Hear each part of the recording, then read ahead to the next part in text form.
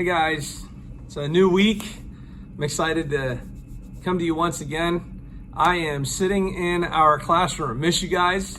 And I wanted to just talk to you today briefly about remembering and memorials. I think that there are some special things that happen in our lives, and we need ways in which we can actually mark them. And usually they're marked by objects. I'm going to give you a few examples in my own life. Of course, you've seen in my classroom before, I have our family Bible. And this Bible has been in my family since 1880.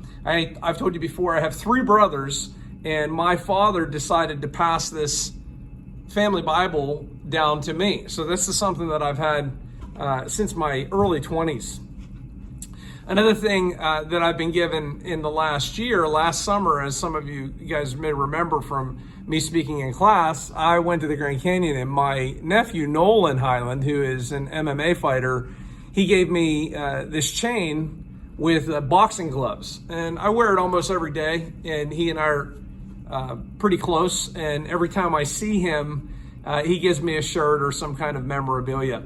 Another thing that the storms reminded me of this week was about 15 plus years ago, I was driving home to my house with my son Scott. He was a little boy, and I keep this piece of a tree that had fallen across our road. We were about 1/8 of a mile away from our house, and this tree had fallen across the road. And my son looked at me and he was like, "Dad, what are we gonna do?" And I kind of smiled at him, because that day I had actually taken my chainsaw and thrown it in the back of my pickup truck, because he and I were going to cut wood after school.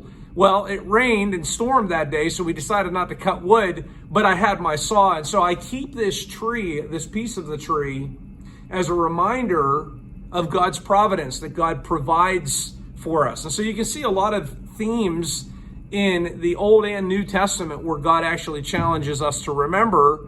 And oftentimes those memorials that we set up, reminders that we have, are objects that we have in our lives. So here's what I want you to do. I want you to reflect on your own life. I want you to think of something maybe that a grandfather or grandmother, maybe mom or dad, aunt, uncle, a friend may have given you, an object, something that you treasure, and it reminds you of something special. And I'd like you to share that with the class in the comments under this particular video. Well, that's all I have for you today.